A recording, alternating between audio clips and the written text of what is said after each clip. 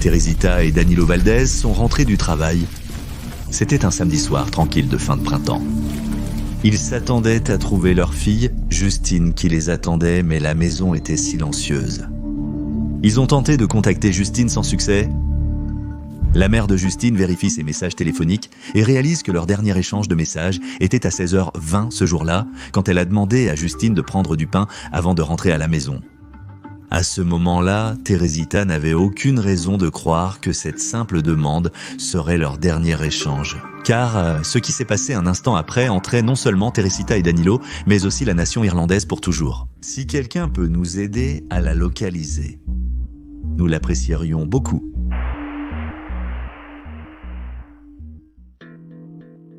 Avant d'entrer dans les détails de ce qui est arrivé à Justine, nous devons d'abord comprendre ce qui s'est passé le jour où elle a disparu. Ce jour-là s'est déroulé à Enniskerry en Irlande, un village à seulement 30 minutes au sud de Dublin. Beaucoup le décrivent comme un village de cartes postales, très populaire parmi les touristes et les cinéastes. Pour la famille Valdez, c'était un samedi ordinaire. Teresita et Danilo sont allés travailler comme ils le faisaient habituellement, laissant leur fille vaquer à ses occupations. Les parents travaillaient à la maison de Charleville, où la famille vivait également. Teresita travaillait comme femme de ménage et Danilo était employé comme jardinier.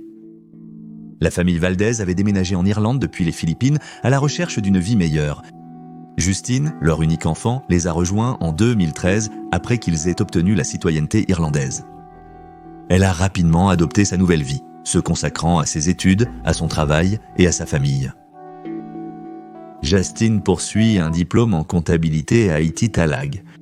Elle a travaillé 2 emplois, assistante de soins à temps partiel, ainsi que serveuse à Bray. Justine est dans une relation engagée avec son petit ami Joseph Squire. Ils sortent ensemble depuis 6 mois. Les gens décrivent Justine comme une personne heureuse, pleine d'énergie. Elle était bien connue comme quelqu'un qui aimait sa famille et était reconnaissante non seulement envers eux, mais aussi envers le peuple d'Irlande pour les opportunités qu'ils ont reçues grâce à leur nouvelle vie dans ce pays. Malheureusement, tout cela était sur le point de changer le 19 mai 2018. Ce samedi-là, Justine avait rendez-vous à 2h de l'après-midi avec un officier d'immigration à la gare de Brégarda pour renouveler son permis de résidence. Elle est restée en contact constant avec sa mère via le chat Facebook toute la journée. La mère et la fille étaient très proches. Elles ont échangé 63 messages rien que ce jour-là. Et après son rendez-vous, Justine est allée faire un rapide entraînement à la salle de sport de Bandon au parc d'affaires de Cherrywood. Après son entraînement, elle s'est arrêtée dans un magasin pour acheter une miche de pain comme sa mère le lui avait demandé. Avançons jusqu'à 17h40. Et on la voit monter dans le bus 185 à Bray. 20 minutes plus tard, on la voit arriver dans le magnifique village d'Enniskerry. De là, elle a commencé sa marche de 15 à 22 minutes seule le long de la route R760 de Kilcrony, un itinéraire qu'elle avait emprunté d'innombrables fois auparavant, et aujourd'hui, c'était une belle journée de printemps. Le soleil brillait toujours à 18h. Elle n'avait aucun moyen de savoir que pendant tout le trajet, elle était suivie par une couleur sombre, SUV. Et alors qu'elle marchait sur la route de Kilcrony, en direction de la maison Charleswood, ce SUV de couleur sombre s'est arrêté. Des témoins aux alentours ont signalé avoir vu un homme blanc s'approcher d'elle et la frapper brusquement au visage. Il a ensuite traîné Justine, étourdie et désorientée, dans sa voiture et est parti en trombe. L'enlèvement aurait pu passer inaperçu s'il avait eu lieu ailleurs, mais comme il faisait encore jour, plusieurs personnes ont vu ce qui s'est passé, et au moins 2 témoins ont appelé la garder presque immédiatement. Quelques minutes plus tard, un autre témoin a aperçu une passagère en détresse dans un SUV. J'ai vu une voiture arrêtée sur la route sans lumière ni clignotant. La porte du coffre était ouverte. J'ai entendu des cris. Elle était assise au bord du coffre, me regardant. J'ai vu un visage asiatique avec des cheveux foncés. Les cris sont devenus des hurlements. J'ai entendu une voix masculine profonde crier avec colère. À sentir qu'il y avait quelque chose de très mal. La femme frappait frénétiquement à la vitre arrière, un signe clair qu'elle n'était pas dans le véhicule de son plein gré. Le témoin s'est arrêté et a immédiatement appelé les services de l'îlot d'urgence, qui est le 999. Lorsque les Gardaï sont arrivés sur le site où Justine avait été enlevée, ils ont trouvé son sac à provisions contenant une miche de pain et un téléphone portable écrasé. Dans les 15 minutes suivant le premier appel, 3 voitures de patrouille ont déjà été envoyées dans la zone pour rechercher le véhicule. Un hélicoptère des Gardaï a également participé aux efforts de recherche. Une autre piste d'indice est arrivée à 6h20 du soir, quand un automobiliste a signalé avoir vu une femme asiatique à l'arrière d'un SUV quittant Bray et se dirigeant vers N11. Gareth Thompson, qui conduisait derrière ce véhicule, se souvient avoir remarqué une petite fille qui faisait signe. Elle avait les 2 mains en l'air. Elle avait l'air inquiète. Elle était assise en biais et cela ne semblait pas confortable. Il a informé les Gardaï de cela 1 heure plus tard à 22h20. Les Gardaï étaient désormais conscients qu'une personne avait disparu. Ils ignoraient totalement l'identité de cette personne. Ce n'est qu'à 22h40, lorsque les parents de Valdez ont eux-mêmes signalé la disparition de leur fille, que la police a réalisé que la femme à l'apparence asiatique qu'ils recherchaient était très probablement Justine Valdez. Le couple était déjà inquiet car ils n'arrivaient pas à entrer en contact avec leur fille. Mais quand ils ont remarqué cet hélicoptère survolant Enniskerry, cela leur a donné un mauvais pressentiment et les a poussés à déposer directement une déclaration de personne disparue auprès des Gardaï. À 4h du matin, cette nuit-là, les enquêteurs ont fait une percée.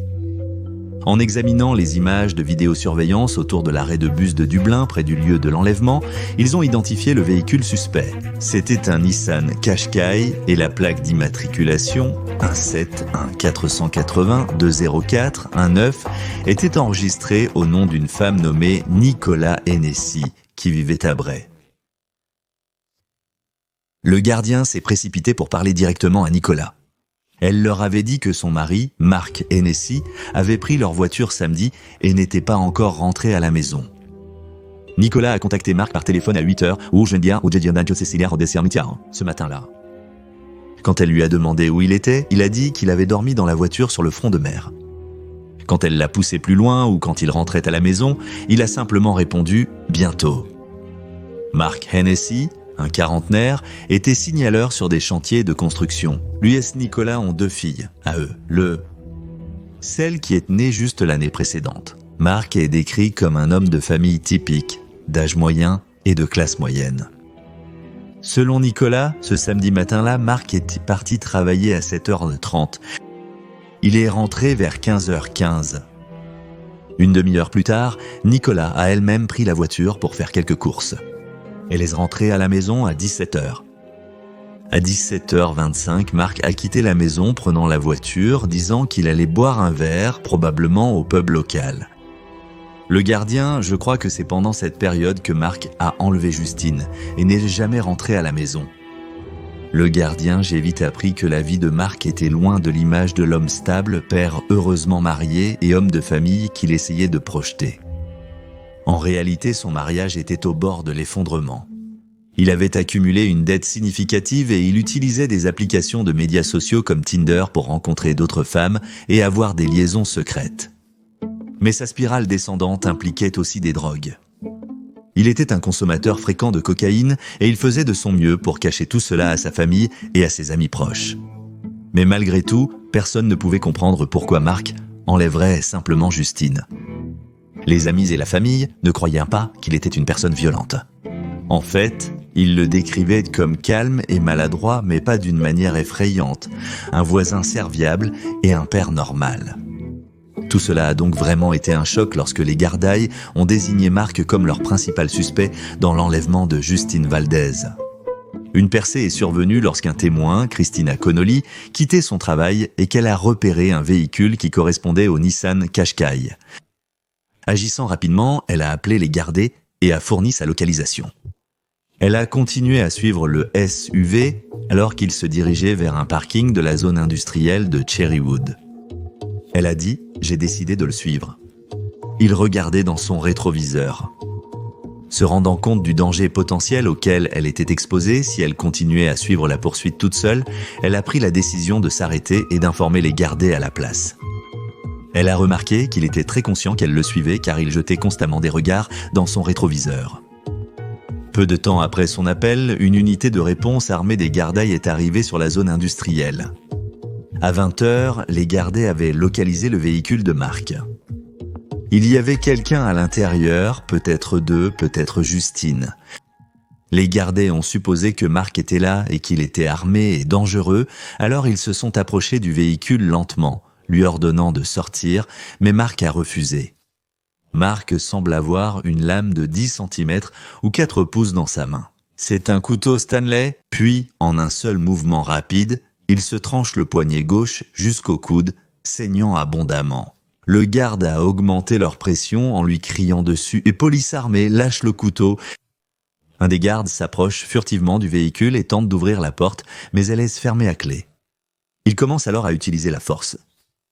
Peut-être que c'est à ce moment que Marc a réalisé qu'il était foutu parce qu'il porte cette lame à côté de son cou et met son autre main sur le volant.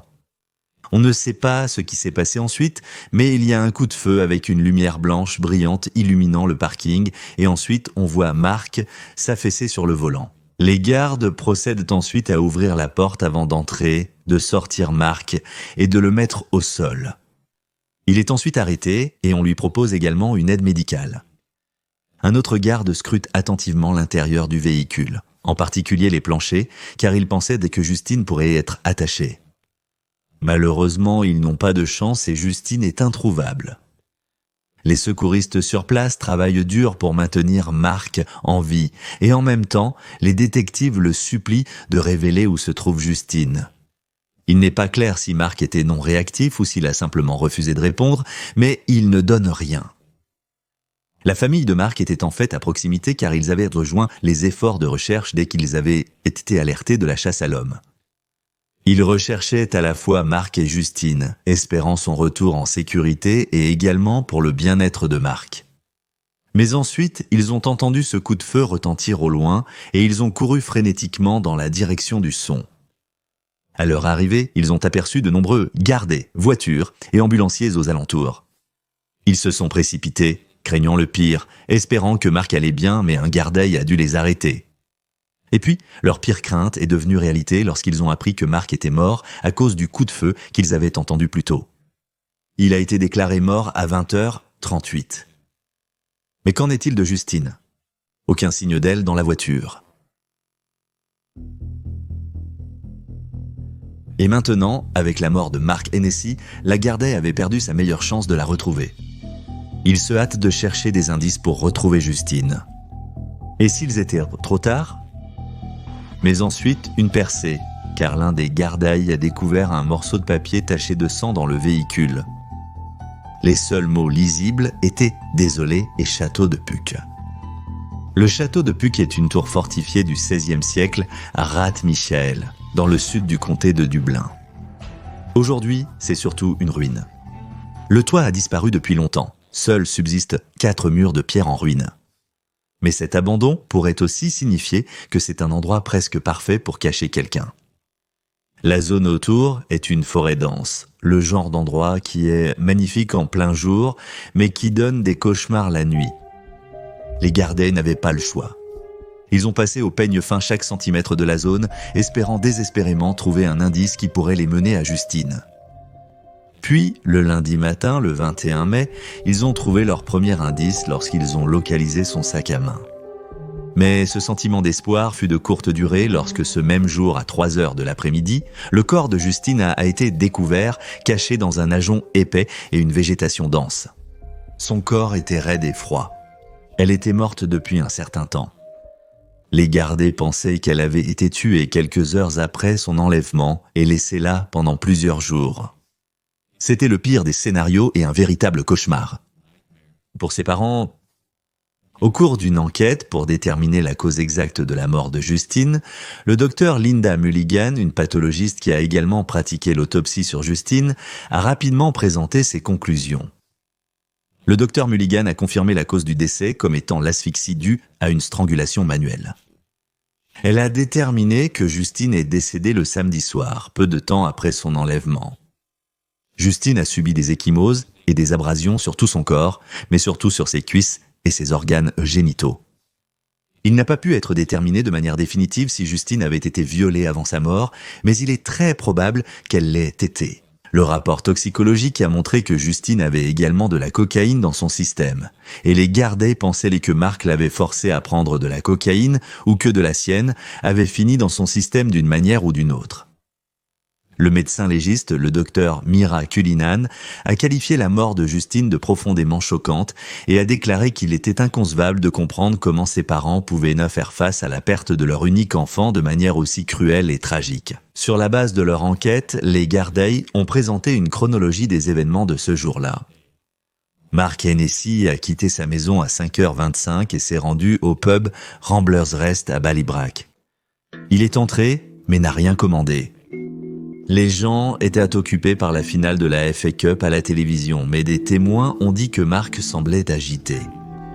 Après environ 10 minutes dans le pub, il s'est levé, a dit qu'il s'ennuyait et est parti. Vers 5h43, les caméras de surveillance l'ont filmé sortant et partant dans sa voiture.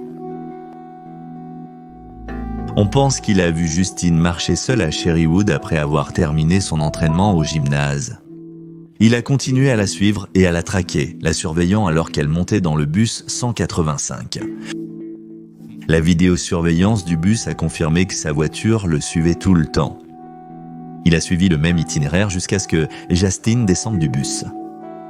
Une théorie alternative suggérait que Mark connaissait en fait Justine auparavant et l'avait rencontrée via une application de rencontres en ligne, mais il n'y avait aucune preuve de cela. La Garday pensait que ce n'était pas un acte prémédité, mais plutôt un crime d'opportunité motivé par le désir fort, déviant et sexuel de Mark. Vers 18h50, un autre conducteur a signalé avoir vu une Nissan Qashqai noire conduire de manière erratique sur la voie du château de Puck. Cette route mène au château de Puck. Les Garday pensaient que Mark était avec Justine soit dans la voiture, soit au château de Puck lui-même, puis a mis fin à sa vie en l'étranglant à mort. Après cela, il a jeté son corps là où il pouvait le cacher dans les sous-bois. Une fois qu'il a fini, il a quitté la zone et a contacté ses revendeurs de drogue, essayant d'obtenir plus de cocaïne. Plus tard dans la nuit, vers 11h du soir, il est retourné au pub Ramblers Rest. Des témoins ont déclaré qu'il semblait calme et normal, comme si rien de mal ne s'était passé du tout. Il restait surtout à l'entrée, parlant aux gens sans commander de boisson. Après son départ, on ne sait pas exactement ce qu'il a fait. Il savait probablement qu'il était activement recherché. Peut-être est-il allé sur le front de mer et a dormi dans sa voiture, comme il l'a dit à sa femme à 8h ce matin-là. Il n'est pas non plus clair quand exactement il a écrit cette note. Mais le fait qu'il ait écrit une note indique qu'il devait ressentir une certaine culpabilité pour ce qu'il a fait, car moins de 36 heures après avoir quitté le pub, il a été confronté par les Garday et dans sa tentative ratée de mettre fin à sa propre vie, a été ironiquement abattu par l'un des officiers. Les Garday ont présenté la spirale descendante de la vie de Mark, les dettes écrasantes, les excès d'alcool et de drogue, les secrets qu'il cachait à sa famille et l'état sous l'emprise de la drogue dans lequel il se trouvait qui l'a conduit à agir de manière si horrifique. Justine était simplement au mauvais endroit, au mauvais moment. L'état sous l'emprise de la drogue enlève-t-il une partie de la responsabilité des actions de Mark ? Et bien que le crime semblait spontané, le fait que Mark Hennessy ait enlevé, violé et tué une femme en plein jour, beaucoup soupçonnaient qu'il avait déjà fait cela auparavant. Certains croyaient que Mark Hennessy était lié à d'autres crimes dans la région, comme la disparition infâme dans les années 1990 des triangles irlandais, où une série de jeunes femmes ont disparu sans laisser de traces sur une période de 5 ans. Mais leurs disparitions se sont produites sans témoins ou preuves significatives.